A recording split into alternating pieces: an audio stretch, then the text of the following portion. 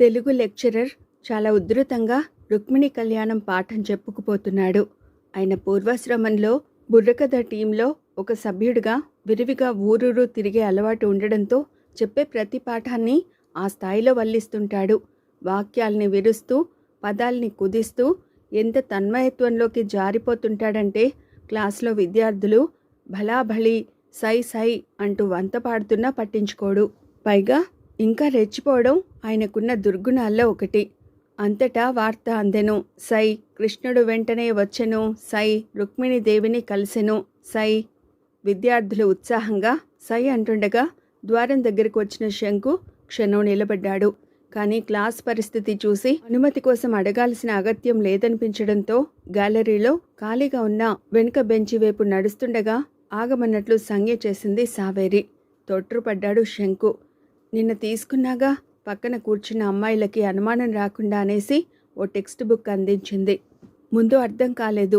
వివరంగా అడుగుదామంటే సావేరి పక్కనే కూర్చున్న లావణ్య భీకర రూపానికి బెదిరి నిశ్శబ్దంగా నడిచి 4వ బెంచీలో సెటిల్ అయిపోయాడు శంకు. పాఠం బుర్రకథలా కొనసాగుతూనే ఉంది. టెక్స్ట్ బుక్ తెరిచాడు. తనను ఎవరూ గమనించడం లేదన్న నిర్ధారణకు వచ్చాక. బాగున్నావా? ఓ తెల్ల కాగితంపై ముత్యాల్లాంటి అక్షరాలు.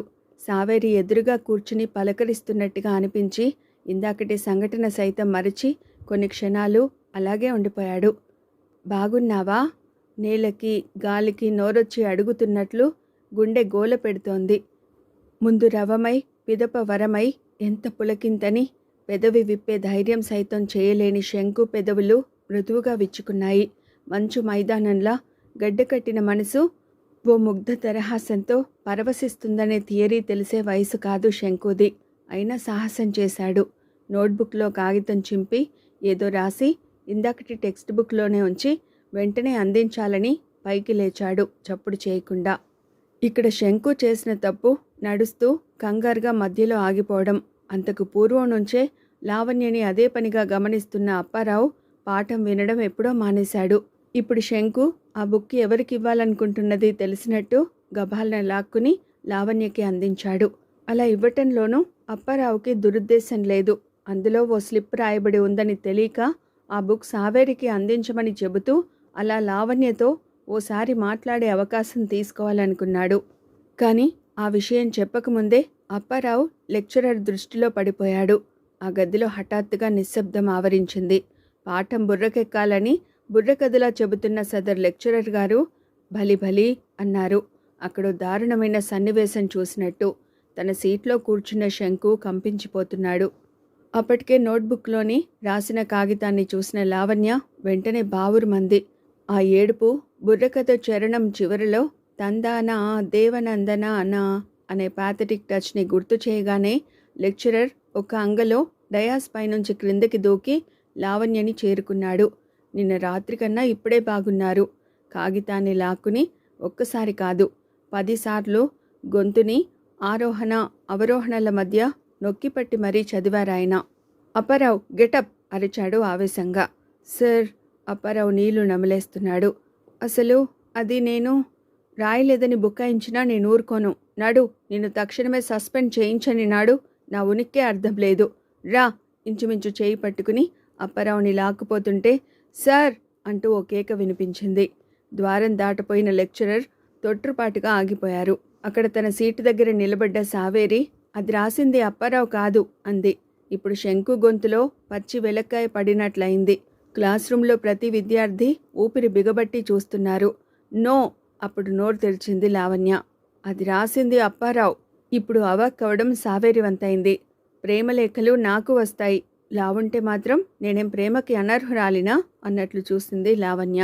ప్రపంచంలో ప్రేమకు స్థూలకాయం అన్నది అనర్థం కాదన్న థియరీని అందరికీ నిరూపించే ఇలాంటి అవకాశం చేజార్చుకోకూడదన్నంత ధీమా ప్రదర్శించగానే సంగతేమిటో తోచని తెలుగు లెక్చరర్ గొంతు తడారిపోతుంటే నెమ్మదిగా అన్నాడు. అది సరే అమ్మాయి, ఇప్పుడు సమస్య ఏమిటిటా? ఆ ప్రేమలేఖ టక్కున అంది లావణ్య. అది రాయడం నేరమనేగా నేను సస్పెండ్ చేయిస్తానన్నది. గందరగోళంగా మొహం పెట్టాడు. అది రాయడం నేరం కాదు తేల్చేసింది లావణ్య. మరి అలా బేవార్సుగా రాయడం తత్తరపడ్డాడు తెలుగు లెక్చరర్. లావణ్య కళ్ళొత్తుకుంది. ఇది నాకు వచ్చిన తొలి ప్రేమలేఖ. కానీ ఇంత టేస్ట్‌లెస్‌గా ఉంటుందని నేను అనుకోలేదు. అందుకే నేను ఇందాక బావురుమన్నది. తెల్లమొహం వేసుకుని చూస్తున్నాడు లెక్చరర్. ఎన్నో తెలుగు నవలలు చదివాను. పరమ నికృష్టమైన తెలుగు సినిమాలు చూశాను. కానీ ఏ కథలోనూ ఏ మగాడు ప్రేమించిన అమ్మాయికి ఇంత హీనంగా ఉత్తరం రాయడం నేను చదవలేదు, చూడలేదు. అంటే ఇప్పుడు నేనేం చేయాలట? నెరిసిన జుట్టున్న బుర్రని గోక్కుంటూ చూశారాయన. తెలుగు లెక్చరర్ అయ్యుండి ఒక మంచి తెలుగు వాక్యం రాసే భాషని మీ విద్యార్థులకి నేర్పని మీ నిస్సహాయతకి వెంటనే సిగ్గుపడాలంటావు. నిస్త్రాణగా టేబుల్కి జారగిలబడిపోయారాయన. అవును, ఇప్పుడు ఈ ఉత్తరాన్ని ఏం చేయాలి? మతి చెడిందేమో గొణుగుతున్నట్లుగా అడిగారు. వెంటనే అప్పారావుకి ఇచ్చేయండి. పట్టుమని 10 మంచి వాక్యాలైనా పొయిటిక్గా రాయడం చేతకాని వాడి మొహానికి ప్రేమేమిటి అని మొహం వాచేట్టు చీవాట్లు పెట్టండి. ప్రపంచంలో మరే ప్రేమికుడు ఇలాంటి పొరపాటు చేయకూడదని ఎలుగెత్తి చాటండి. తను విరివిగా చదివిన ప్రేమ కథల్లోని భాషని ఘోషగా చెప్పగానే ఉన్న కొద్దిపాటి జుట్టుని పీక్కుంటూ స్వప్నంలోలా బయటకు నడిచారాయన. ఇక్కడో లావుపాటి లావణ్య ప్రేమ కోసం ఎంత తప్పించిపోయింది తెలుసుకున్న అప్పారావు ఓరగా వాలి వేడి నిట్టూర్పులు విడుస్తున్నాడు. అప్పటికి తేరుకున్న శంకు ఆఖరి పీరియడ్ దాకా ఎలా గడిపాడో అతనికి గుర్తులేదు. శంకు ఎవరో పిలిచినట్టయి చప్పున తల పైకెత్తాడు. సావేరి నవ్వుతోంది ఎదురుగా నిలబడి. అప్పటికే క్లాస్ అంతా ఖాళీ అయిపోయింది లంచ్ అవర్ కావడంతో. చెప్పండి తొట్రుపడుతూ పైకి లేచాడు. ఇందాక ఆమె అనవసరంగా తన పేరు చెప్పేస్తుందేమో అన్న టెన్షన్ పూర్తిగా విడిచిపెట్టలేదు. ఏం కావాలి? జవాబు. దేనికి? నేను పజిల్ ఇస్తాను, దానికి సమాధానం చెప్పాలి. పజిల్స్ ద్వారా ప్రేమికులు దగ్గర కావడం అన్న సత్యాన్ని ఈ మధ్య మిక్స్ అండ్ బుక్స్ ఇంగ్లీష్ నవల ద్వారా గ్రహించడంతో అదే మార్గంలో తను ప్రయాణం చేయాలని గట్టిగా తీర్మానించుకున్నదై పజిల్స్ టు సూపర్ ఇంటెలిజెన్స్ అన్న ఓ పుస్తకాన్ని కొని అది ఇప్పుడు శంకుపై ప్రయోగించడానికి ఉద్యుక్తురాలైంది. నువ్వు రెడీ అయినా? ఆహా, వాటిని గురించి బొత్తిగా తెలియని శంకు తల అడ్డంగా ఊపాడు. నాకు అస్సలు తెలీదు. వట్టి పప్పు సుద్ద. అతను ఇంటెలిజెంట్ కాదని రూఢి పడిపోవడంతో మరేమొచ్చు అడిగింది విడివడని నవ్వుతో. పొడుపు కథల్లాంటివైతే తను మరీ వీక్ కావడం ఇష్టం లేక నెమ్మదిగా అన్నాడు. వెంటనే సావేరికి మంగ చెప్పిన ఓ పొడుపు కథ గుర్తుకొచ్చేసింది. పచ్చని పొదలో విచ్చుకుంటోంది, తెచ్చుకోబోతే గుచ్చుకుంటుంది. సిగ్గుపడిపోతూ నవ్వేశాడు అదో బూతు వాక్యంలా అనిపించడంతో. ఎందుక నవ్వు? పెద్ద అర్థమైపోయినట్లు. పాడు పొడుపు కథ అంటే చాలా చెడ్డదన్నమాట. గాడిద గుడ్డెం కాదు, మహామగాడిలా నవ్వొకటి. శంకు చూపుల్లో ఏమర్థం స్పష్టమైందో. అమాంతం తల వాల్చేసింది. నువ్వనుకున్న జవాబు కాదులే, ఇదిగో అలా కిసుక్కున నవ్వితే చంపుతా. బాగా ఆలోచించి చెప్పాలి. 5 నిమిషాలు టైం ఇవ్వు. దీర్ఘంగా ఆలోచించేస్తున్నాడు. 5 గంటలు ఇస్తున్నాను. అక్కర్లేదు. అబ్బా, ఇక్కడే చెప్పేద్దాం అనుకుంటున్నావా? అదేం కుదరదు. అసలెందుకు అడిగాను అనుకుంటున్నావు? ఆ జవాబు చెప్పడానికి సాయంకాలం నువ్వు ఏటి ఒడ్డుకు రావాలని. అసంకల్పితంగా కక్కేసింది. అతన్ని ఒంటరిగా కలుసుకుని తీరుబాటుగా మాట్లాడాలనుకున్న ఉత్సాహాన్ని ఇలా బయట పెట్టేయడం ఆమెకి నచ్చని విషయమే. సాయంకాలం 6 గంటలకి ఏటి ఒడ్డుకు వస్తావు కదూ? తల అడ్డంగా ఊపాడు కంగారుగా. రాను. అలా పిరిగ్గొడ్డులా ఉంటే అందరూ నిన్ను ఆట పట్టిస్తారు. నేను ఊరికినే పిలుస్తున్నాననుకున్నావా? నిన్ను నాలాగా ధైర్యవంతుని చేసేయాలని. ఏటి ఒడ్డునైతే ధైర్యం వస్తుందా? ఊరికినే అంటున్నారు కానీ. ఇదిగో హెచ్చరిస్తున్నట్టుగా అంది. మీరు రూ అంటూ అడ్రస్ చేస్తే నాకు మహా తిక్క. ధైర్యంగా నువ్వు అనలేవు. అదే తన తొలి పాఠంలా చెప్పింది. నా వల్ల కాదు, బింకంగా అన్నాడు. అవుతుంది, రోజు ఏటి ఒడ్డుకు వస్తే నేను నేర్పుతాను. ఉలికి పడుతూ చూశాడు. ఏమిటి నేర్పుతావు? మొన్న మంగ అంది నేర్పుతానని. సావేరి అలా అనడం మంగ అన్నప్పటికంటే ఇంపుగా అనిపించినా సూటిగా ఆమె కళ్ళల్లోకి చూడలేకపోయాడు. నాకన్నీ తెలుసు కానీ బోలెడు భయం. సావేరికి సైతం వినపడినంత నెమ్మదిగా గొనికాడు. బోడి ఏం తెలుసు? అసలు మగాడంటే ఎలా ఉండాలి?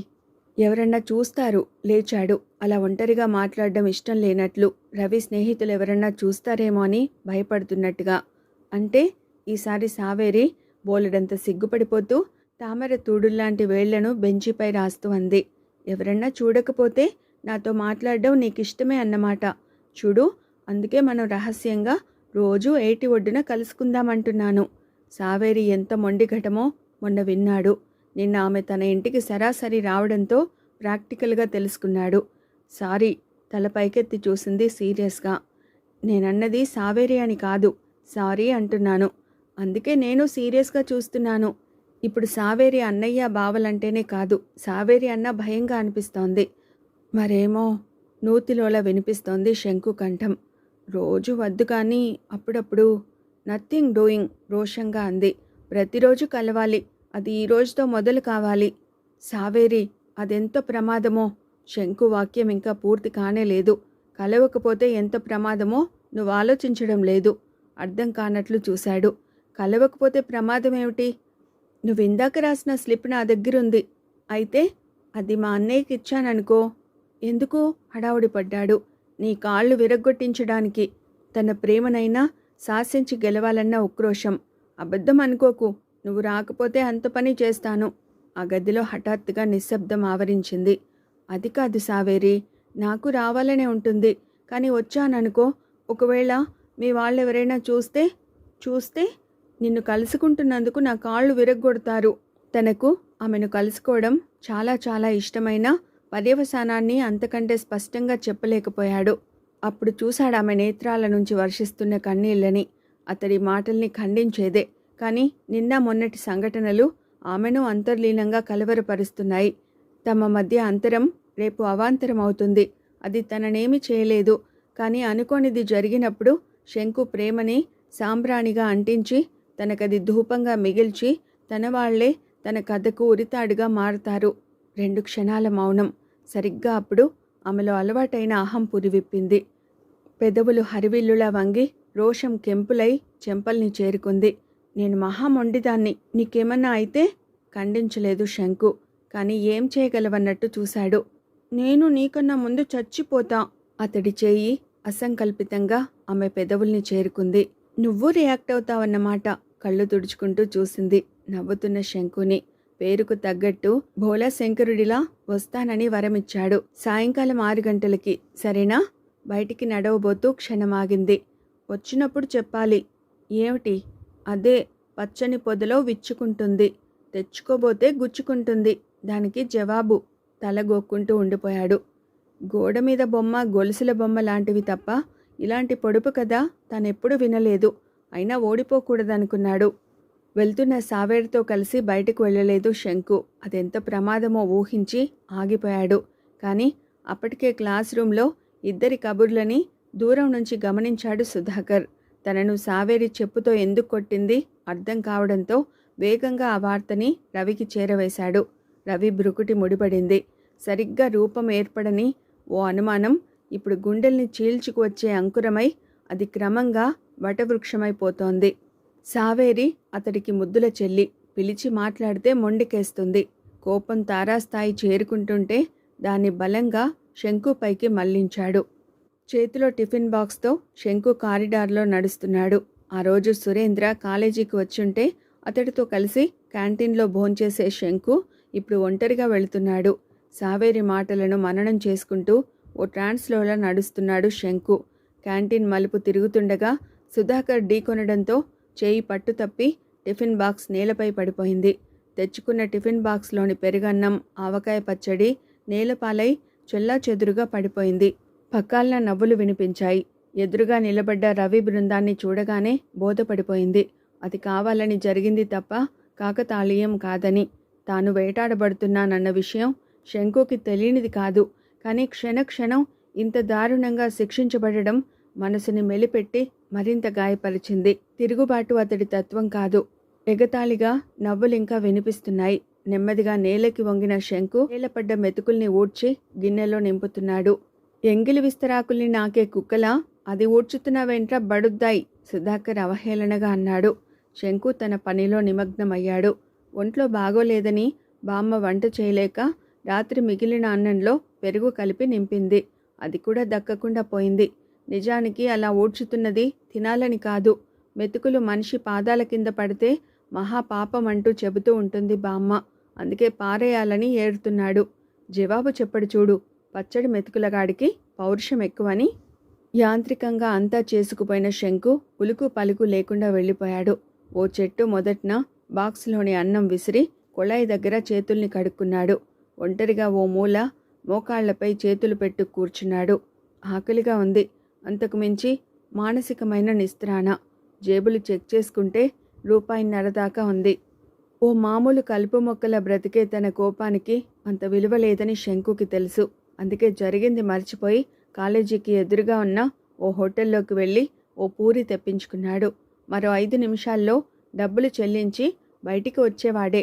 సరిగ్గా అప్పుడు హోటల్లోకి వచ్చారు రవి బృందమంతా. నిజానికి శంకు వాళ్ళని గమనించలేదు. కానీ అప్పటికే శంకు టేబుల్ చుట్టూ కూర్చున్నారు. ఇప్పుడేం జరుగుతుందో ఊహించలేక గుటక వేయకుండా అందరి వైపు చూశాడు.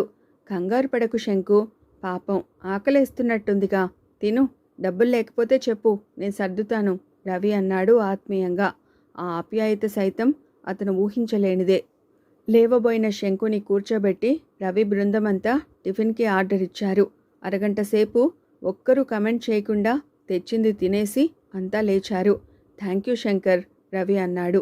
నిన్న నువ్వు పోరాడిన తీరుకి, నీ పట్టుదలకి నేను అభినందించకుండా ఉండలేకపోతున్నాను. నీ గెలుపు సందర్భంగా నువ్విచ్చిన ఈ పార్టీకి మా జోహార్లు. శంకు ఆందోళనగా చూశాడు. అతనేదో అనబోతుండగానే కౌంటర్ని చేరుకున్న రవి గూండాలా కనిపిస్తున్న హోటల్ యజమానితో అన్నాడు. చూడు సందీప్, అక్కడ టేబుల్ దగ్గర కూర్చున్నాడే శంకు అని, చాలా మంచి ఫైటర్.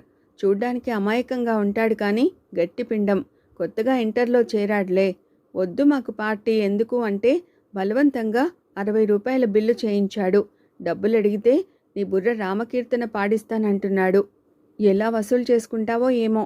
సిటీ యువసేనలో యాక్టివ్ మెంబర్ అయిన హోటల్ ఓనర్ సందీప్ రోషంగా పైకి లేచాడు. ఇక జరగబోయేదేమిటో తెలిసిన రవి తన బృందంతో బయట ఆవరణలో నిలబడి చూస్తుండగానే సందీప్ సరాసరి వెళ్ళి శంకుని డబ్బుల కోసం నిలదీశాడు. లేదు, నా దగ్గర అన్ని డబ్బులు లేవు. మరి అందరికీ పార్టీ ఎలా ఇచ్చావు? అతను చెప్పింది వినిపించుకోకుండా కాలర్ పట్టుకున్నాడు. పైగా నేనెలా వసూలు చేస్తానో చూస్తానని సవాల్ చేస్తావా? నేనెవర్నో? నగరంలో తనకున్న ప్రశస్తి గురించి చెబుతూనే టేబుల్ ముందు నుంచి బలంగా ఈడ్చాడు. ప్లీజ్, నాకేం తెలీదు. అక్కడ హోటల్లో కస్టమర్లంతా ఖర్చులేని వినోదాన్ని చూస్తుంటే శంకు నిస్సహాయతపై తిరుగులేని ఆధిపత్యాన్ని సాధిస్తున్న సందీప్ ఇక త్రుటిలో వంటగదిలోకి లాక్కుపోయి బట్టలిప్పించేసేవాడే. సరిగ్గా అప్పుడు లోపలికి వచ్చింది సావేరి. Please stop it. ఆమె పెదవులు రోషంతో అదురుతున్నాయి. అంతా ఉత్కంఠగా చూస్తుంటే ఆమె ఎవరో తెలిసిన సందీప్, అది కాదు, మీ అన్నయ్య రవితో వీడు ఛాలెంజ్ చేశాడట. ఇంత గొప్ప ఫైటర్నైనా నా దగ్గర నుంచి డబ్బులు ఓనర్ ఎలా వసూలు చేస్తాడో చూస్తానని చెప్పాడు వివరంగా. నవ్వేసింది బాధని దిగమింగుకుంటూ. నిజమే, మంచి ఫైటర్ కాబట్టే మా అన్నయ్య మొహం పచ్చడి చేసినవాడు మీ దగ్గర ఓడిపోయాడు. సందీప్ ఆవేశం చల్లారిపోయింది. అయితే మా అన్నయ్యతో నేను వేసిన పందెం మరోటుంది. అది ఓ క్షణం శంకు వైపు సాలోచనగా చూసింది. శంకు కాలర్ పట్టుకుని అదుపులోకి తీసుకున్న మొనగాడికి ఈ రిస్ట్ వాచిని ప్రెజెంట్ చేస్తానన్నాను. కారణం ఏమన్నా గానీ మీరా పని చేయగలిగారు కాబట్టి ఈ రిస్ట్ వాచి తీసుకోండి. దీని ధర 500 అనుకుంటాను. సో ఇక మీరు టిఫిన్ బిల్లు అతన్ని అడగడం మానేసి దీన్ని బహుమతిగా తీసుకుంటారనుకుంటాను. ఓ అందమైన అమ్మాయి అందులో తన అహంకారాన్ని చల్లార్చి అప్పళంగా అంత ఖరీదైన వాచ్ని ఇస్తుంటే ఆనందంగా తీసుకుని శంకుని విడిచిపెట్టాడు. అక్కడ దూరంగా నిలబడ్డ రవికి తల తీసినంత పనైంది. ఏంటి నువ్వు చేసింది? కోపాన్ని అదిమి పెడుతూ అడిగాడు బయటకు వెళుతున్న సావేరిని. టిట్ ఫర్ టాట్, టక్కున జవాబు చెప్పింది. నలుగురిలో ఓ అమాయకుడి మీద నువ్వు తెలివి తక్కువగా ప్రతాపం చూపిస్తే ఆ ప్రతాపానికి నువ్విచ్చిన వాచ్ని ఖరీదుగా చెల్లించాను. సావేరిని ఓ మూలకి లాక్కుపోయాడు రవి ఆవేశంగా. శంకు ఎవరని నువ్వు ద్వేషిస్తున్నావో అది చెప్పు. మగాళ్ళం, మాకేవో గొడవలుంటాయి. ఆడపిల్లని, నాకు ఏవో ఆలోచనలుంటాయి. చెల్లెలు ఎంత మొండిఘటమో తెలుసు కానీ ఇలా బరితెగిస్తుందని అనుకోలేకపోయాడు. నాన్నగారికి తెలిస్తే ముందు నువ్వు చేసిన తప్పుని తెలుసుకుంటారు. ఆ తర్వాతే నా విషయం అడుగుతారు. కొద్దిగా తమాయించుకుంది. అయినా నేనేం తప్పు చేయలేదే. ఏదో పరిచయం ఉంది కాబట్టి, పైగా అమాయకుడు కాబట్టి ఇలా ఇంట్రెస్ట్ తీసుకున్నాను. కావాలంటే ఇక్కడ జరిగిందంతా డాడీకి నేనే చెప్పేస్తా, సరేనా? వద్దు, తొట్రుపాటుగా అన్నాడు. ఇది తన స్థాయిలో పరిష్కరించాలనుకుంటున్న విషయం. అసలేదో పెద్ద సమస్యగా రవి భావించడం లేదు. అలాంటి తండ్రికి పుట్టిన తను ఇలాంటి స్వల్ప విషయాలు ఆయన దృష్టికి తెచ్చి అసమర్థుడు కాలేడు. ప్రతి కథకి ఓ ముగింపు ఉంటుంది. కానీ ముగించాలనుకునే ప్రేమ కథ విషయంలో మాత్రం రాసే ప్రతి చివరి పుట ఇంకో సమస్యకి ప్రారంభమవుతుంది. కారణం నిజమైన ప్రేమ రాలిపడటానికి ఉల్క కాదు, యుగాల తరబడి వెలిగే నక్షత్రం. అదే రవికి తెలియని విషయం.